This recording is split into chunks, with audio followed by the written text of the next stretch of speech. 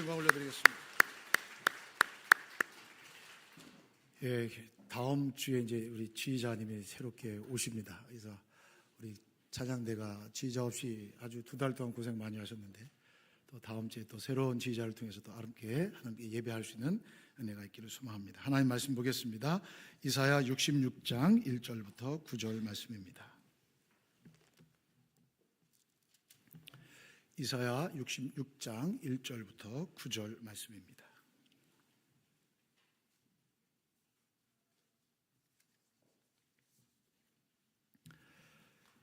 이사야 66장 1절부터 9절 말씀까지 제가 봉독합니다. 여호와께서 이와 같이 말씀하시되 하늘은 나의 보좌요 땅은 나의 발판이니 너희가 나를 위하여 무슨 집을 지으랴. 내가 안식할 처소가 어디랴. 나 여호와가 말하노라. 내 손이 이 모든 것을 지었으므로 그들이 생겼느니라.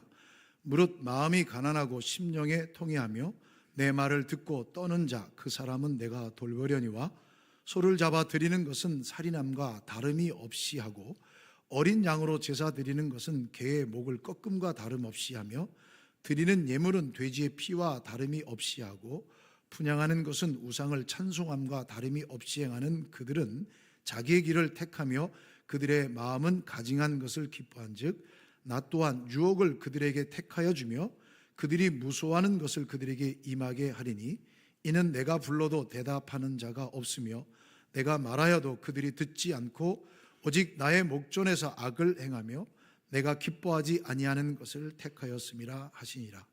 여호와의 말씀으로 말미암아 떠는 자들아 그의 말씀을 들을지어다. 이르시되 너희 형제가 너희를 미워하며 내 이름으로 말미암아 너희를 쫓아내며 이르기를 여호와께서는 영광을 나타내사 너희 기쁨을 우리에게 보이시기를 원하노라 하였으나 그들은 수치를 당하리라 하셨느니라. 떠드는 소리가 성읍에서부터 들려오며 목소리가 성전에서부터 들리니 이는 여호와께서 그의 원수에게 보응하시는 목소리로다. 시온은 진통을 하기 전에 해산하며 고통을 당하기 전에 나말을 낳았으니 이러한 일을 들은 자가 누구이며 이러한 일을 본 자가 누구이냐. 나라가 어찌 하루에 생기겠으며 민족이 어찌 한순간에 태어나겠느냐. 그러나 시온은 진통하는 즉시 그 아들을 순산하였도다. 여호와께서 이르시되 내가 아이를 갖도록 하였은즉 해산하게 하지 아니하겠느냐. 내 하나님이 이르시되 나는 해산하게 하는 이인즉 어찌 태를 닫겠느냐 하시니라. 아멘. 할렐루야. 우리 전우자하고 계신 분과 함께 인사하겠습니다. 사랑합니다. 축복합니다. 네, 주님의 이름을 사랑하며 축복합니다. 자, 여러분들에게 한 가지 질문 한 가지 드리겠습니다. 자, 여러분 성경이 총 몇 권이죠? 66권. 어떻게 외우고 계세요? 저는 3927 이렇게 외웁니다. 3927. 뭐냐면 구약 성경이 몇 권이에요? 답을 다 가르쳐 줬는데 구약 성경 39, 신약 성경 27. 그래서 99답만 외우면 돼요. 그래서 66권이에요. 그래서 3927 그 외우면 되는데 이사야서가 총 몇 장까지 돼 있어요? 66장. 성경 권수랑 똑같네요. 그래서 이사야서를 보면 1장부터 39장까지는 구약 시대에 있었던 죄악들을 낱낱이 고발하며 하나님의 심판의 얘기를 선언해 주고 있고 40장부터 66장까지 27장은 회복과 다시 하나님이 주시는 놀라운 영광을 드러내는 내용들로 가득 차 있어요. 그래서 이사야서가 가지고 있는 그 특징이 성경 전체에 담고 있는 신약과 구약을 구분하는 그런 성경으로도 되어 있다. 이렇게 말씀을 드리겠습니다. 자, 그런데 이사야서를 보면 65장 17절부터 25절 바로 앞에 있는 부분에 보면 새하늘과 새 땅에 대한 예언을 해주세요. 그럼 새하늘과 새 땅에 대한 예언을 해주면 끝나야 맞는데, 그죠? 그러니까 요한계시록도 20장에 보면 새하늘과 새 땅에 대한 이야기가 나오잖아요. 근데 그 다음 또 21장이 나오잖아요. 그것처럼 65장으로 끝나지 않고 66장이 또 마지막 장으로 나와 있어요. 근데 66장은 새하늘과 새 땅으로 끝났으면 좋았는데 66장 우리가 읽은 말씀은 뭔가 이상하고 뭔가 좀 불편한 내용이 담겨져 있어요. 즉 무슨 얘기냐면 이사야 선지자가 말씀하고자 하는 가장 중요한 주제는 하나님께서 주시는 새하늘과 새 땅이라는 놀라운 축복은 인간들의 노력과 열심과 그들의 섬김과 그들의 공로와 그들의 선한 행위로 주어지는 것이 아니라 오직 하나님의 은혜로만 주어진다는 것을 66장에 담고 있는 거예요. 그러니까 이 새하늘과 새 땅은 하나님께서 그들의 열심과 주하는 게 이 모든 것은 하나님의 은혜로만 주어진다. 즉 하나님의 말씀에 절대적으로 순복하는 자, 하나님의 말씀에 즉각적으로 반응하는 자, 겸손한 자세로 하나님의 말씀을 따르는 자에게 하나님은 은혜를 베푸신다. 이게 이사야 선지자서의 가장 중요한 핵심 주제의 말씀인 거예요. 사실 역사적으로 보면 이스라엘 백성들은 BC 586년, 그러니까 기원전 586년경에 바벨론에게 남유다가 멸망당함으로 이스라엘은 완전히 멸망당하죠. 그런데 하나님의 약속대로 BC 538년경에 고레스 왕의 칙령으로 인해서 5만 명은 안 되는데 5만 명 가까이 돼요. 5만 9천 뭐 이렇게 700 몇 명 이렇게 되는데 그들이 예루살렘 땅으로 돌아옵니다. 이사야 60장부터 66장까지는 바벨론 포로에서 다시 이스라엘 예루살렘 땅으로 돌아온 그들의 현실은 사실은 어려웠어요. 어려웠던 얘기를 하는 거예요. 그러나 미래에 하나님께서 함께 하시는 놀라운 시대가 될 것이라는 약속을 해주고 있죠. 그러니까 마치 이 이사야서에 나와 있는 5장 66장의 이 말씀은, 이사야의 뒷부분은 다시 새하늘과 새 땅, 주님께서 이 땅에 다시 오실 것이라는 그 말씀과 좀 일맥상통한 부분이 있지요. 자, 이스라엘 백성들이 우리가 알고 있는 수룹바벨 총독과 또 제사장이었던 여호수아를 통해서 BC 536년경에 고국으로 돌아옵니다. 돌아왔는데 황량한 거야, 황폐한 거야. 왜요? 성전이 다 무너져 있거든요. 그러니까 하나님의 성전이 무너지니까 막 이들이 막 슬프고 운 거예요. 막 엉엉 울지요. 막 그런 장면이 나와요. 그래서 고레스 왕의 도움으로 성전을 재건하는데 사실 이게 쉽지만은 않았어요. 성전을 재건하는데 얼마나, 여러분들이 산발락과 도비아 여러분 기억하시잖아요. 이런 사람들이 나타나서 막, 야, 니들이 성전을 짓겠다고 여우가 올라가도 무너지겠다, 막 이렇게 막 조롱하고, 그래서 방해하고 또 경제적으로 어려워서 이 성전을 건축하지 못해요. 그리고 다시 BC 516년경에 성전 재건을 완수하는 장면이 나옵니다. 이 이야기는 어디에서 나오냐면 다른 선지자 학개, 스가랴, 여기에 학개서의 그 느헤미야 이런데 그 말씀이 나오죠. 이제 그 말씀들을 보면 이 이야기들이 나와요. 그런데 이사야 선지자가 그것을 보고 기록한 게 아니라 하나님께서 보여주신 것을 받아 적은 게 이사야서예요. 그런데 무슨 내용을 적었냐면 이 66장이 뭐라 그랬냐면, 아이러니하게도 그들이 고국 땅에 돌아와서 하나님의 성전을 지었어요. 그래서 하나님의 무너진 성전을 안타까워하면서 새로 지어서 하나님의 놀라운 영광을 찬양하고 하나님의 임재의 상징인 성전 안에서 기쁨으로 예배를 드리는데, 아이러니하게도 삶은 안 바뀌는 거예요. 삶이 안 바뀌어요. 성전에서 거룩하게 제사를 드리는데 언행은 안 바뀌는 거예요. 이 가치관, 생각은, 의식은 안 바뀌는 거예요. 자, 이런 상황을 바라본 이사야 선지자가 이스라엘에게 하나님의 구원을 선포하는 말씀이 이사야서예요. 그러니까 이사야서는 되어진 것을 보고서 말한 게 아니라 되기 전에 하신 말씀이에요. 그러니까 이 말씀이 하나님의 영감을 통해서 들려주신 말씀이죠. 1절 말씀 보세요. 1절 여호와께서 이와 같이 말씀하시되, 무슨 말씀하셨는지 모르는데 죄송합니다. 65장 얘기해요. 이사야가 하나님께 기도해요. 하나님께 기도하니까 하나님께서 응답하시는 장면이 65장에 나오는데요. 65장 1절부터 7절 말씀은 하나님의 사랑을 배반하고 패역하며 우상을 숭배하는 자들은 하나님께서 반드시 보응하실 것이다. 그러니까 하나님의 말씀대로 살아가지 않고 하나님의 말씀에 따라가지 않은 자, 우상 숭배하는 자에겐 하나님이 반드시 보응하시겠다. 두 번째, 8절부터 16절 말씀에 보면은 남은 자, 하나님의 말씀을 지키고 남은 자는 반드시 보존하시겠다. 그러나 악인은 반드시 멸할 것이다. 이 말씀이에요. 여러분, 이게 계시록에 나오잖아요. 주님께서 이 땅에 다시 오실 것인데 다시 오시기 전까지의 상황은 녹록하지 않아요. 그런데 녹록하지 않은데 주님께서 오셨을 때 이 악한 무저갱 속에 있는 붉은 용, 이런 사람들, 이런 것들 있잖아요. 이것도 다 멸하셔서 완전히 무저갱 속으로 가둬버리고 천군 천사들을 통하여 하나님의 남은 백성들을 새하늘과 새 땅으로 옮겨주신다. 이게 계시록 얘기잖아요. 그죠? 이제 그런 얘기들처럼 그 말씀을 해주시는 거예요. 그 다음에 17절부터 25절 말씀은 새하늘과 새 땅을 주실 것이라는 예언. 그러니까 이때 당시에 새하늘과 새 땅이라는 것은 다시 회복되는 하나님의 거룩한 나라를 주는 거지만 좀 더 넓은 영적인 의미로 보면 주님이 이 땅에 오실 것을 예언하고 800년 후에 주님이 오실 것을 예언해 주셨고, 그리고 다시 주님께서 재림하실 때까지 하나님의 백성들이 이렇게 살아야 될 것을 말씀하는 장면이 성경 이사야 말씀이라는 거죠. 이제 그 말씀해 주신 거예요. 자, 그러면 여러분, 이스라엘 백성들이 포로로 잡혀 있다가 돌아와서 제일 먼저 한 게 뭐라고요? 성전 건축. 성전이 뭐죠? 하나님의 임재의 상징이잖아요. 하나님이 임재하셔서 우리들의 예배를 받으시고 우리의 죄를 용서해 주시고 우리의 간구 속에 응답해 주시는 그 장소가 성전이잖아요. 그러니까 이 성전 건축은 놀라운, 하나님의 임재의 상징인 성전 건축은 놀랍고 위대한 일인 게 맞아요. 그런데 여러분, 이 성전 건축을 하고 난 다음에 어떤 모습이 보냐면요, 1절 다시 보세요. 여호와께서 이와 같이 말씀하시되, 여호와의 말씀이에요. 하늘은 나의 보좌여 땅은 나의 발판이니. 여러분, 당시 하늘은 고대 근동에 있었던 당시의 하늘은 신적 존재.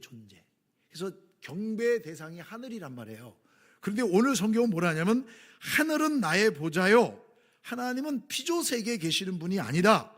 하늘이 신적인 존재지만 하늘이 하나님께 속해 있어 하나님을 섬기는 존재라는 거예요. 하늘이. 여러분 한번 잘 생각해 보세요. 하나님이 지구에만 계시면 어떻게 해요? 그럼 지구 바깥엔 누가 다스려요? 그죠? 성전을 지었어요. 어디다 지었죠? 예루살렘에. 예루살렘 어디에 있는 거예요? 이스라엘. 이스라엘 땅 쬐끔해요. 우리나라 강원도 땅만큼 넓이밖에 안 돼요. 이스라엘 땅이 거기도 예루살렘 다가 아니라 그 일부분인 성전을 지었어요. 그럼 하나님을 거기다 가다 둘 수 있나요? 그게 아니란 얘기니까 하나님 말씀, 하늘은 나의 보좌, 이 하늘은 나의 보좌요, 땅은 나의 발판이다. 즉 존재론적, 하나님이 존재론적 측면에서 이 세상 어떤 것보다 높으신 분이다. 그런 걸 얘기해 주는 거예요. 또 계속 볼까요? 너희가 나를 위하여 무슨 집을 지으랴? 내가 안식할 처소가 어디랴? 하나님은 인간의 구조물 속에 갇혀 있을 수 없다는 얘기죠. 하나님은 우주 만물에 편만하신 분이에요. 어디 하나 계신 분이죠. 그러니까 하나님은 여기만 계시다고 하는데 여기도 계시는 거죠. 그 얘기예요. 자, 2절 볼게요. 나 여호와가 말하노라 내 손이 이 모든 것을 지었으므로 그들이 생겼느니라. 솔로몬도, 여러분, 솔로몬 왕도 다윗 왕을 통해서 성전을 건축하게 준비했잖아요. 그래서 솔로몬이 건축을 하고 난 다음에 하나님께 고백한 말씀이 있어요. 그게 역대하 6장 18절인데요.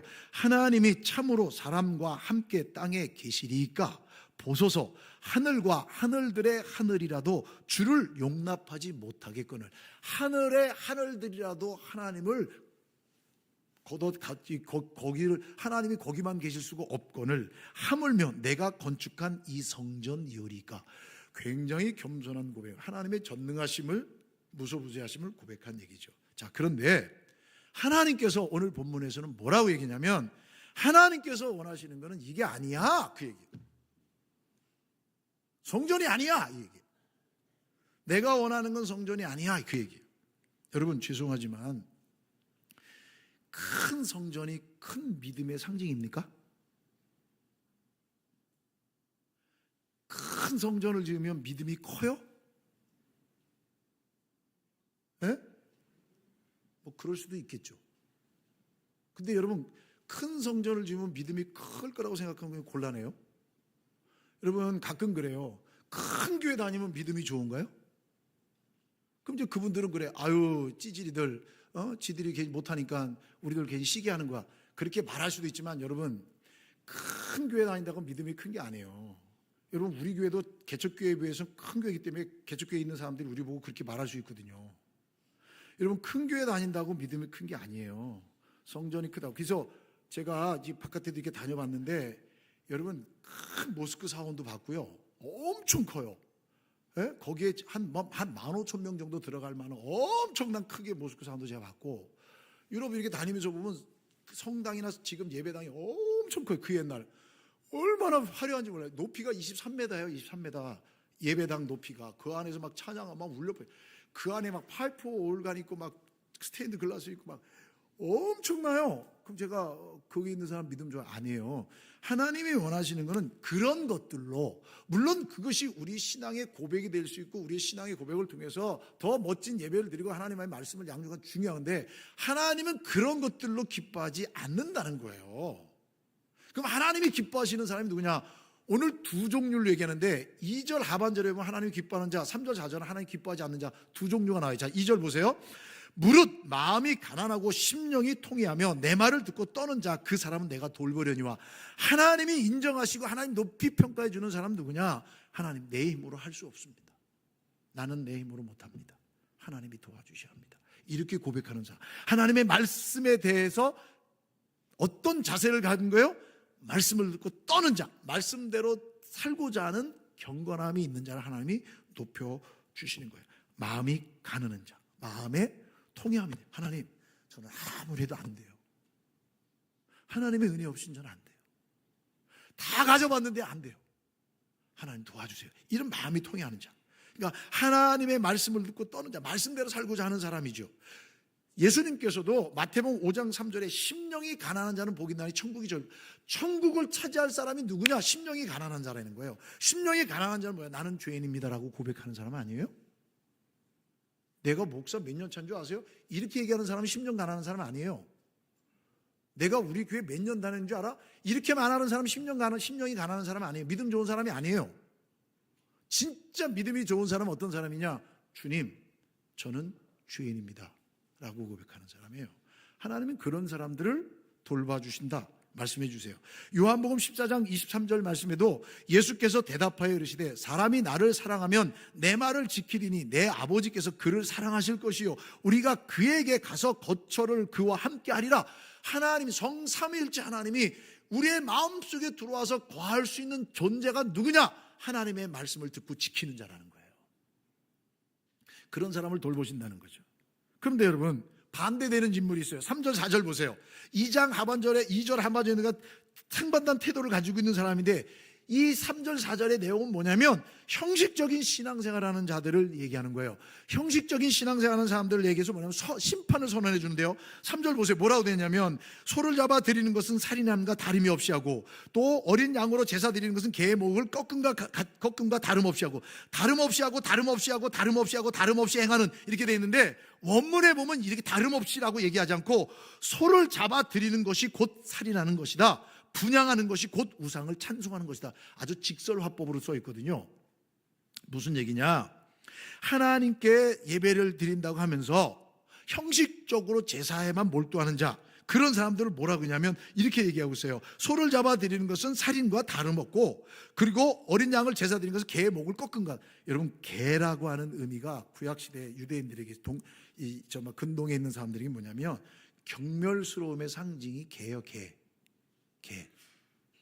근데 하나님께 제사를 드리는데 개의 목을 꺾어서 드린다. 이거는 하나님을 부정하고 능멸하는 행위죠. 그러니까 어린 양을 잡아 드리는 게 개의 목을 꺾은 것 같다, 이게. 돼지의 피는 뭐예요? 이 당시에 여러분, 유대인들은 아직 돼지고기 안 먹잖아요. 힌두교인들은 돼지고기 아직도 안 먹어요, 여러분. 이 이방 제사에서 행해졌던 아주 혐오스러운 것인데, 이런 것들로 드린다? 그만큼 예배가 실추됐다? 하나님이 받지 않으시고 가증스럽게 여기는 것이다, 이거예요. 그러니까 무슨 얘기냐? 본질은 없고 껍데기만 남아있는 거에 대한 하나님의 선언이에요. 선언. 이런 자들은 하나님이 반드시 뭐한다? 심판하신다. 도저히 제사 행위로 볼 수 없고 받아들일 수 없는 가증한 행위, 배교 행위로 간주하는 거예요. 충격적이죠. 여러분, 제사를 없이 하자는 얘기가 아니라 마음이 멀어져 있는 자, 하나님에게서 마음이 멀어진 여러분, 하나님에게서 마음이 멀어져 있는 자가 누구예요? 말씀을 거부하는 자죠. 생활 속에서 가증하게 사는 거죠. 이런 내 인격이 담겨 있지 않는 예배를 하나님께서는 기뻐 받으시지 않고 오히려 하나님을 욕되게 하는 것이다, 가증하게 여긴다, 이 얘기예요. 여러분, 하나님께서 이스라엘 백성들을 제사장 나라 삼아주셨다고 출애굽기 19장 6절에 말씀해 주고 있거든요. 제사장 나라에 해야 될 일이 뭐예요? 하나님을 예배하는 거거든요. 그런데 이 예배가 변질되었다? 그것은 삶 전체가 타락됐다는 얘기죠. 하나님께 제사는 드리지만 삶의 변화는 없는 거예요. 하나님의 백성다움이 찾아볼 수 없는 거예요. 형식은 반복되지만 예배 드리는 제사 드리는 형식은 반복되지만 삶의 능력이 없고, 형식에는 익숙하지만 삶과 연결되어 있지 않으면 그 예배는 하나님이 가증스럽게 여기시는 예배라는 거예요. 자, 5절 보세요. 5절 6절 말씀에 보면 무슨 얘기냐면 참 신앙을 핍박하는 자에게 하나님께서 심판하신다는 얘기인데, 이렇게 말씀해 주세요. 자, 보세요. 중간 보세요.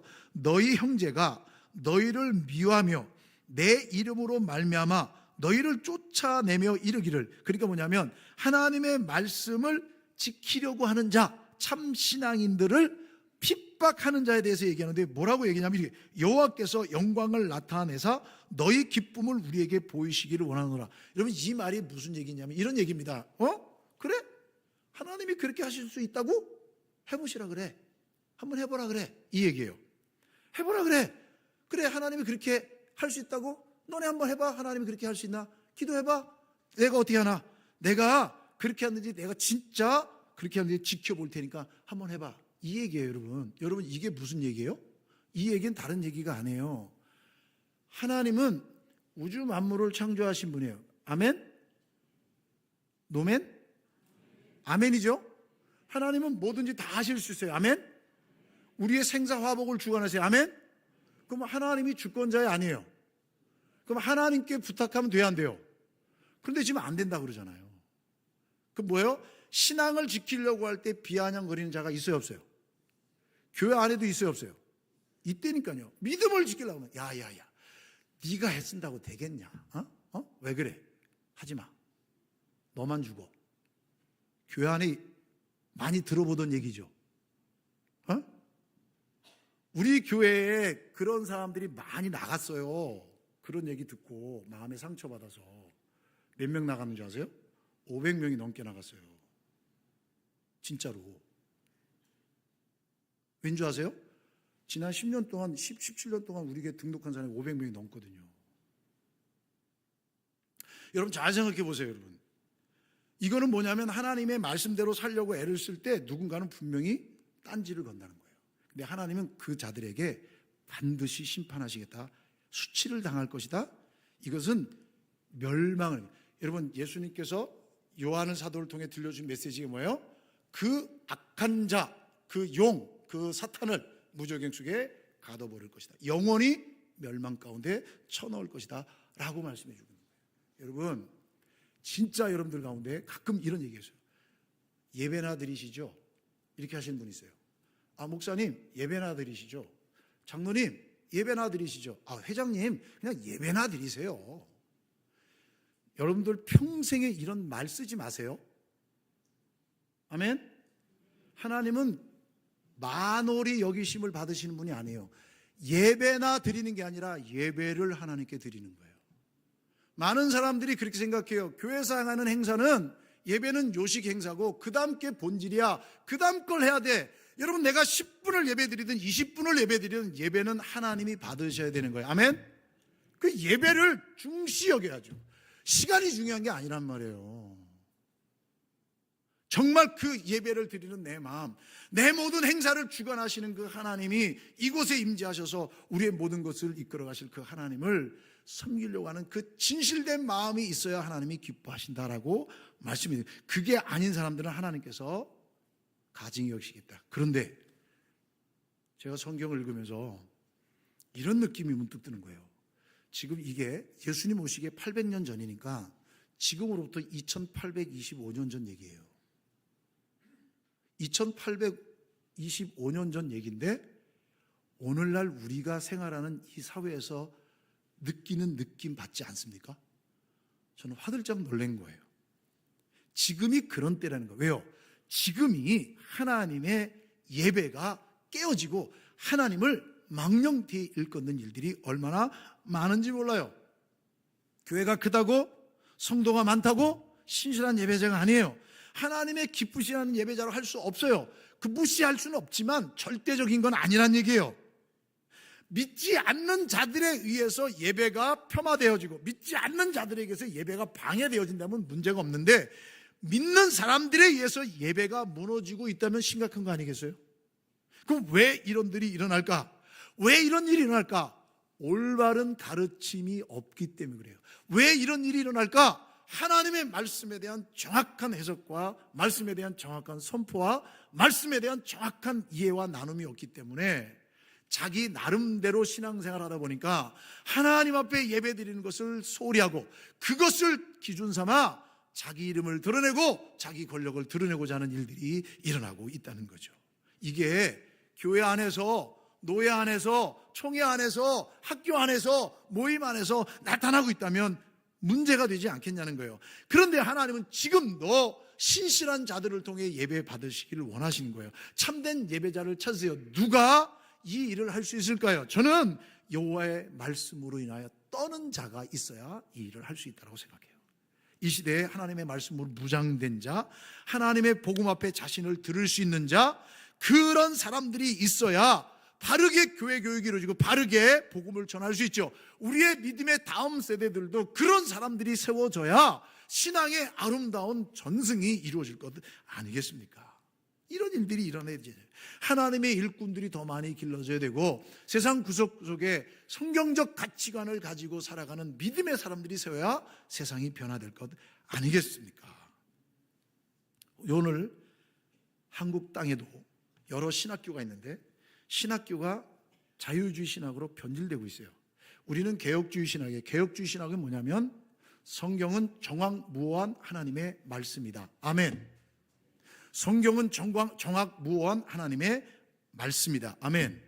이 말씀을 가지고 복음을 전하는 자들이 있어야 되는데 이제는 이게 자유주의와 신정통주의로 바뀌어서 뭐냐면 하나님의 말씀은 성경은 하나님의 정확무오한 말씀이다가 아니라 성경 중에 내가 내 이성으로 은혜가 되고 받아들여지는 것만 말씀이다라고 가르치는 신학교가 많아지고 있다는 거예요. 그런 신학자들이 많아지고, 그 말은 뭐냐? 교회가 무너지고 있다는 얘기입니다.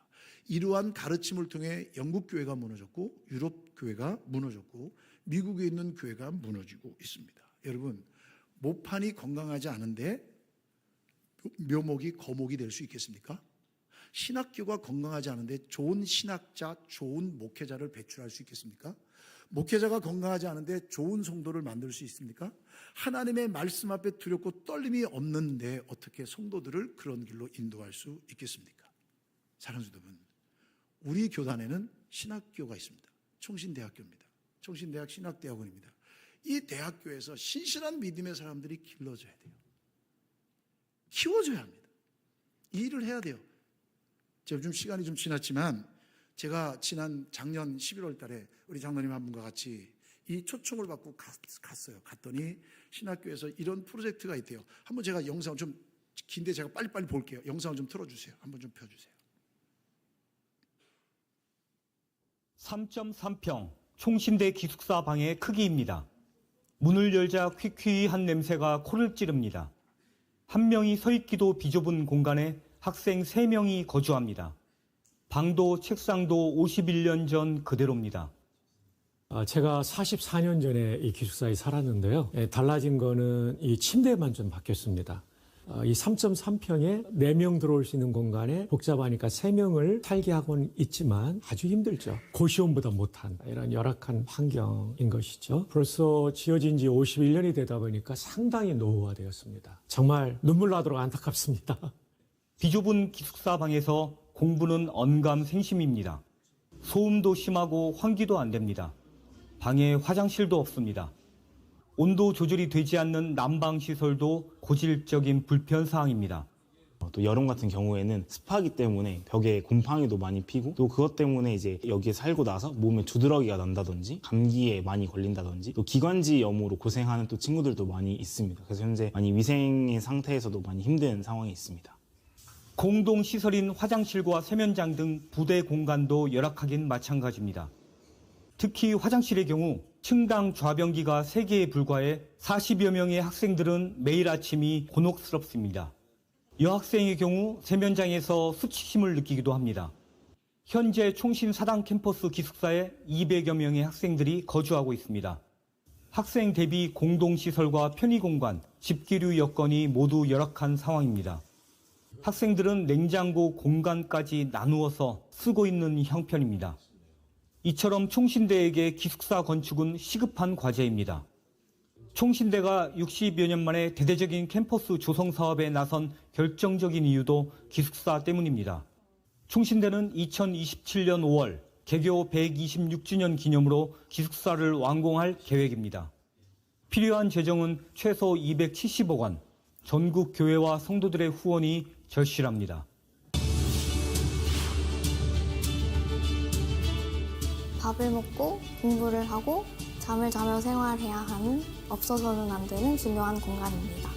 근데 한 학기 동안 정말 많은 친구들을 사귀었고 또 신앙 안에 있는 사람들의 그런 신앙적인 모습을 보면서 저 스스로가 더욱더 신앙적으로 성숙할 수 있었던 계기가 됐던 것 같습니다. 기숙사는 저에게 있어서 커피 같은 의미라고 생각합니다. 제가 기숙사 생활했을 때 처음에는 낯설고 불편했지만 커피가 주는 에너지처럼 저도 기숙사에서 생활하면서 즐거움과 에너지를 많이 얻고 있어서 그렇게 생각했습니다. 그때는 잘 몰랐는데 지나고 나서 보니까 지금의 저를 있게 해준 작은 울타리, 작은 사회, 작은 하나님의 나라였던 것 같습니다. 여러 친구들을 많이 만날 수 있게 되어서 친구들과 함께 지내면서 가장 즐거웠던 것 같습니다. 아무래도 많은 선후배들과 함께 교류하면서 지낼 수 있었던 것이 장점이고요. 매일 새벽 기도를 나감으로써 신앙적으로도 성장할 수 있고 규칙적인 생활을 할 수 있다는 것을 저는 되게 좋게 느껴졌고 학교와 가까이에 있어서 통학 시간을 줄임으로써 학교 생활을 편리하게 할 수 있었습니다.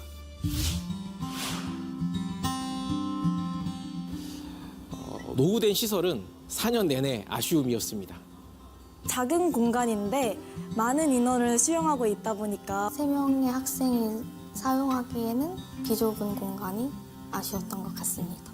그때 부모님께서 짐을 옮겨주러 함께 오셨었는데 환경을 보시고 어머니가 눈물을 훔치시면서 여기에 남겨두고 와서 미안하다고 하셨던 기억이 납니다.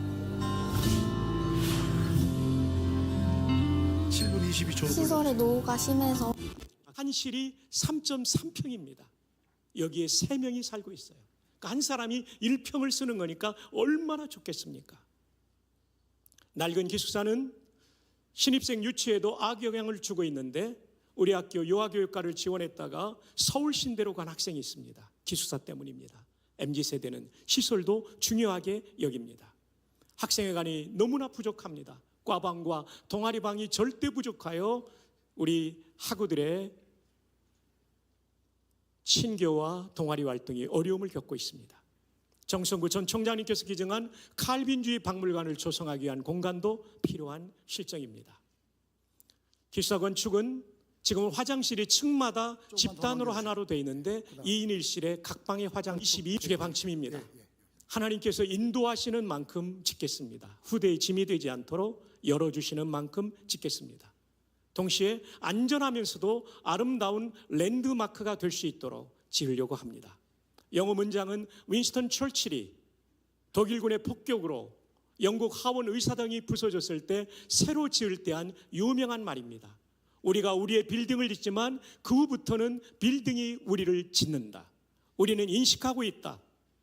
우리 주변에 물리적인 디자인 건물들이 직접적으로 영향을 주는데 우리의 생각과 감정과 웰빙 전체에 영향을 준다. 여러분, 좁은 공간에 있으면 마음이 답답한 감정이 들고 생각도 좁아들고 그리고 아주 불편한 곳에 있으면 역시 마음들의 상처들이 있겠죠. 좋은 시설을 통해 우리 후배들에게 좋은 공간을 만들어주고 싶습니다. 예, 제가 이 영상을 보고 또 이런 이야기를 들으면서 한가지 자료를 살펴봤습니다. 사실 총신대학 사당 캠퍼스 가시면은 그 땅이 있는데 그 땅을 기증하신 분이 부산에서 신앙생활하셨던 백남조 장로님이라는 분입니다. 그분이 1964년 총회를 마치고 나오면서 그 땅 12,000평을 기증하셨습니다. 그때 뭐라고 생각하셨냐면 가장 효과적인 전도는 목회자 양성이다. 그래서 사당동 땅 부지를 헌납하셨고, 또 여러분들이 뭐 잘 모르시겠지만 저도 내용들을 이분 강의를 소개 영상을 제가 보면서 느꼈던 게 뭐냐면 총신대학은 수많은 믿음의 사람들의 헌신과 수고와 희생을 통해서 대학이 세워졌습니다. 그리고 지금까지 지켜와서 그 믿음의 열매들을 우리가 받았고 우리가 그것을 누리고 있습니다. 이제 돌려줘야 합니다. 제가 이번에 스위스에 가서 스위스 제네바 대학을 보고 왔습니다. 제네바 대학은 장 깔뱅, 여러분들이 알고 있는 존 칼빈이 종교개혁주의를 주장했던 존 칼빈이 세운 학교가 제네바 대학교입니다. 그 제네바 대학교를 세우면서 이렇게 얘기했습니다. 여러분들은 쌩쌩한 나무를 보내주십시오. 저희는 불이 붙은 장작으로 돌려보내겠습니다. 이렇게 했던 그 학교가 스위스를 먹여 살리고 500년 동안 노벨상을 받은 사람이 그 학교에서 38명인가 48명 나왔다는 얘기를 들었습니다. 그만큼 한 시대의 새로운 일꾼, 리더는 중요합니다. 저는 45년 전부터 총신에 들어갈 때마다 이렇게 42년 전부터 총신에 들어갈 때마다 생각했던 게 있습니다. 그게 뭐냐면 총신이 살아야 한국교회가 산다. 총신은 모판과 같다. 모판이 건강해야 묘목이 거목이 될 수 있고 모판이 건강해야 영적인 거목들이 일어날 수 있다. 저는 늘 그걸 위해서 기도했고 달려왔습니다. 여러분, 정말 우리가 하나님의 사람들이 시대가 흘러도 변하지 않고 가르쳐주고 세워줄 수 있는 이유, 우리의 믿음의 다음 세대들이, 우리의 자녀들이 흔들려 하는 세대 신앙을 가지고 세상의 조류 속에 맞서 싸울 수 있는 신앙을 가질 수 있는 방법은 하나님의 사람들이 정확하게 하나님의 말씀을 가르치고 외칠 때 가능하리라 생각합니다. 이를 위해 우리가 얼마나 많이 할 수 있겠습니까? 여러분, 우리가 이것을 얼마나 할 수 있겠습니까? 그 많은 것들을 우리가 할 수 있겠습니다. 하지만 여러분, 동일한 헌금은 아니어도 동일한 헌신은 가능하지 않겠습니까? 우리가 같은 금액을 헌신하지는 않더라도 같은 마음의 헌신을 할 수 있지 않겠습니까? 많은 것 저는 그렇게 여러분들에게 원하지 않습니다. 우리 교회가 그렇게 넉넉한 교회도 아니기 때문에 할 수가 없습니다. 많이 우리가 금괴 싸놓고 있다면 그거라도 드리면 될 텐데 그거 없지 않습니까? 근데 여러분, 제가 이걸 학교 가서 받아왔어요. 이게 뭐냐면 기숙사 건축 후원 약정서에 제가 달라 그랬어요. 그래서 보니까 제 눈이 띵그러졌어요. 약정 금액이 1,000만 원부터 시작해요. 1,000만 원, 3,000만 원, 5,000만 원, 1억, 기타. 이거 우리가 감당할 수 있는 부분은 아니고요. 저는 여러분들에게 한 달에 10,000원, 한 달에 2만 원, 한 달에 3만 원 하실 수 있으면 같이 좀 하시는데 딱 2년만. 이게 여러분, 우리에겐 별거 아닐 수도 있고 이게 그 전체 기준이 얼마 될 것 같지도 않지만 우리가 함께 같이 하나님의 이름으로 이 일을 동참한다면 하나님의 사람들이 세워질 것이고 이 일에 동참한다면 하나님의 믿음의 다음 세대들이 건강하게 세워질 거라고 좀 믿어요. 여러분, 위에서 기도해 주세요. 제가 늘 기도하는 게 뭐냐면 제가 항상 축도할 때도 총신대학과 신학대학원 위에 이게 말씀하잖아요. 이게 뭐냐면 너무 소중한 거예요. 요즘 한국교회 보십시오. 얼마나 목회자들이 정신없는지 몰라요. 정말 저게 신학인가? 저게 진짜 하나님의 뜻인가? 저게 정말 하나님의 말씀인가? 제가 보기에는 아닌 것 같으니까. 여러분, 정말 한 사람의 신실한 믿음의 사람들이 세워지고 한 사람의 바른 가치관을 가진 그리스도인 리더들이 세워지는 것은 매우 중요한 일이라고 생각합니다. 이를 위해서 여러분 동일한 헌신해 주십시오. 동일한 헌신 함께 기도해 주시고 관심 가져주시고 그리고 좋은 믿음의 사람들을 보내주시고 그 일들을 저도 부모님이 헌신해 주셨으니까 제가 신학대학 간 건 아니겠습니까? 여러분들도 같이 기도해 주시고 믿음의 사람들을 세워주시고 또 하실 수만 있다면 작은 물질 헌신하셔서 정말 좋은 공간을 만들어서 신실한 다음 세대들이 세워지는 일에 쓰임받는 우리 모두가 되었으면 좋겠습니다. 하나님께서 함께해 줄 줄 믿습니다. 이거는 우리 교회만 할 수 있는 것이 아니라 한국교회 전체 우리 교단에 속해 있는 모든 교회들이 같은 마음과 기도로 참여해야 될 일이라고 생각합니다. 여러분께서 같은 마음으로 기도해 주시고 우리의 믿음의 아름다운 세대들이 세워지는 일에 쓰임받는 우리 모두가 되었으면 좋겠습니다. 기도하시겠습니다. 사랑하시는 하나님 아버지, 감사합니다. 하나님의 나라가 이 땅에 임했음에도 불구하고 주를 알지 못하고 영접하지 아니하고 경배하지 아니했던 이 세대를 우리는 봅니다. 여전히 주님이 다시 오시겠다 약속하셨음에도 불구하고 하나님의 말씀 앞에 두려워 떠는 자들이 점점 적어지고 있습니다. 이때에 하나님의 백성들을 세워주시옵소서, 우리를 깨워주시옵소서, 말씀 위에 두려운 마음을 갖고 하나님의 말씀 앞에 반응할 수 있는 이 시대를 향하여 일할 수 있는 하나님의 사람들이 세워지는 일이 있게 하여 주시옵소서.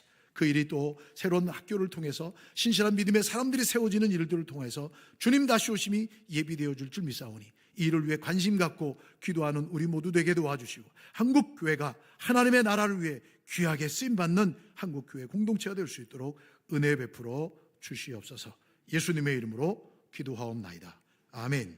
우리 자리에서 다 일어나셔서 찬송가 288장 함께 찬양하시겠습니다.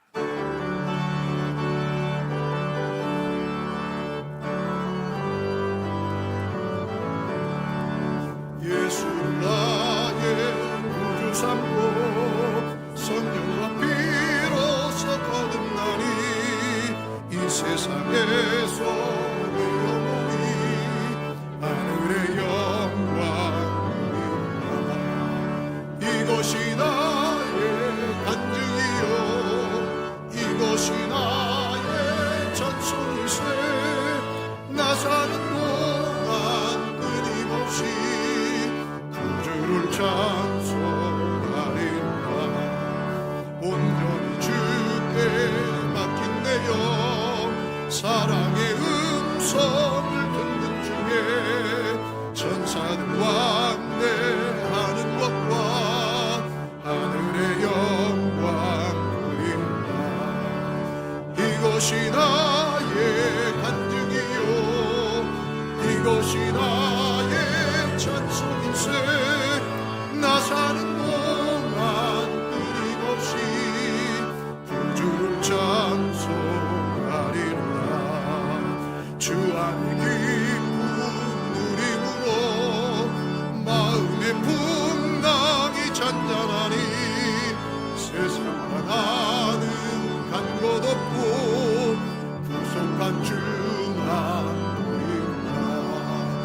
이것이 나의 간증이요 이것이 나의 찬송일세. 나 사는 동안 끊임없이 구주를 찬송하리로다.